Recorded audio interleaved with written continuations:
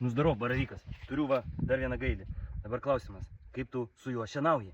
Nes girdėjau, vienas meistrelis sakė, reikia gazuojant šienaut. O kitas meistrelis sakė, reikia visą laiką paspaudus gazą šienaut. Bet aišku, ne ant viso gazo.